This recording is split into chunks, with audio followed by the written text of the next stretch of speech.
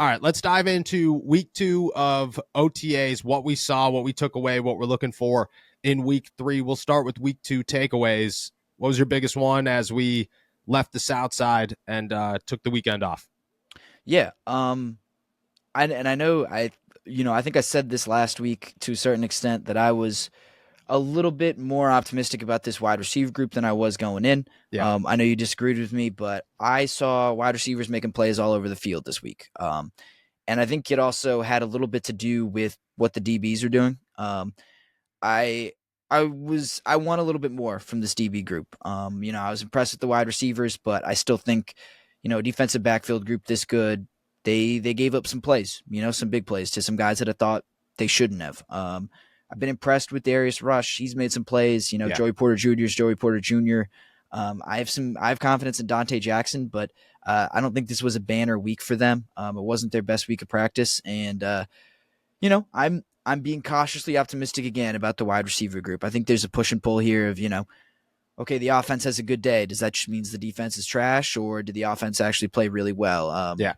I think it was a little bit of both. I think it falls a little bit more on the defense though, and I'm just hoping to see a little bit more from the defensive backfield moving forward. Yeah, I agree with you. I think, and just like you said, like Joey Porter's there's been no hiccups in Joey Porter's game. He's talking trash. He's shutting people down. He's doing the same things that he always does. Dante Jackson is still kind of quiet, but I think that's good.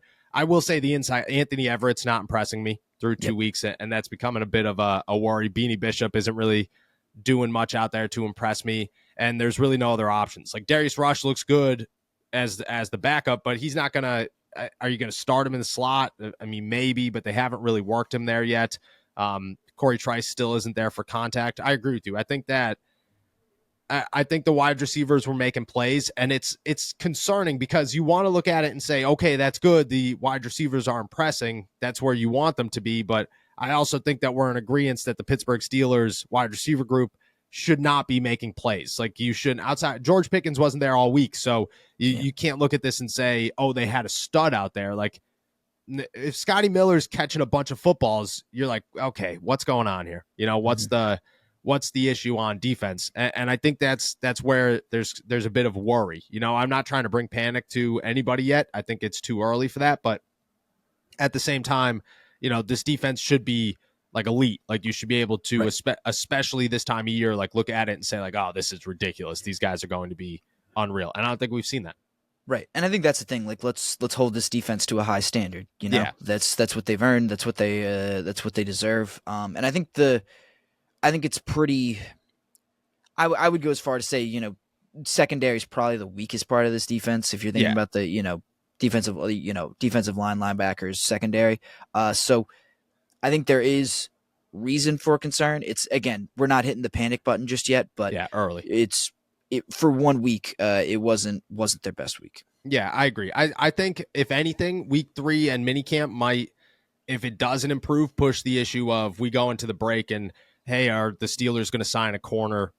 Maybe a little bit. Maybe it edges up a little bit more. Or we go into week 3 and Darius Rush is testing out the slot, because I think that's the biggest issue here is the inside man, because you're not going to replace Dante Jackson. Like even if he's not making a bunch of plays right now, like he's a veteran and he's got starting experience, and you don't trade Deontay Johnson for a guy who's going to be a backup. Like you're going to work through those issues.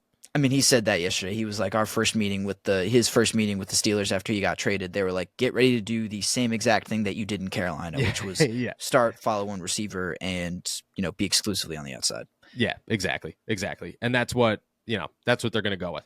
My big takeaway is, I mean, a little bit of the same. I thought Minkah Fitzpatrick looked, I don't know, pretty crazy through 2 weeks, but I'll go the other side of that in a different part of the passing game. I thought Russ and Justin Fields looked much more calm, and it just became like it was less flash in a pan and then make a bad play and just more consistency. If there was a bad throw, it was like overthrowing Scotty Miller, and you're like, well, it's when you're 6'3" and Scotty Miller's 5'4", it's not the easiest thing to do when your offensive lineman is already 6'4" and you got to throw over them to get to the thing. It's just not the easiest thing in the world.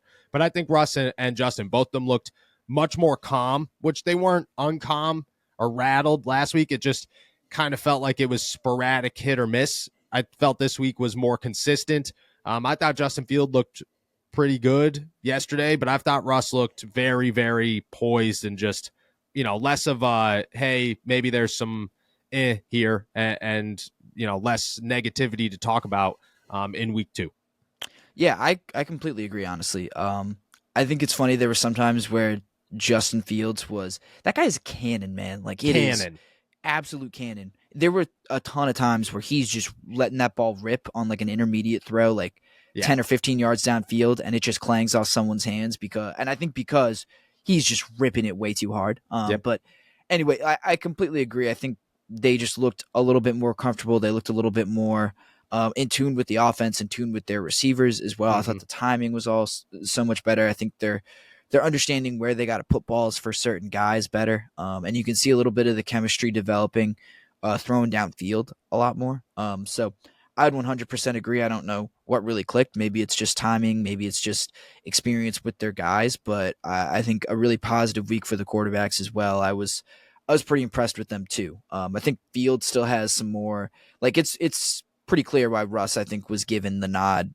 Like right away. Like, as much as exciting as Justin Fields is, I don't think he's really coming close at all to Russ, but definitely positive week for both of those guys. Yeah, I agree. I think a big thing when it comes to like the timing and stuff is I think week 1, it was like run your route and stop. And I think week 2, it's a lot of just continue to work until you're open. And I think Russ and Justin Fields are improvising quarterbacks enough to, find those guys. There were a lot of plays where somebody would run their route, battle with Joey Porter Jr. or whoever, and then, come back to the football. And that's when they got found on the sideline or something like that. And you're like, oh, okay, that was nice, because in real time, in a real NFL game, that's going to happen all the time.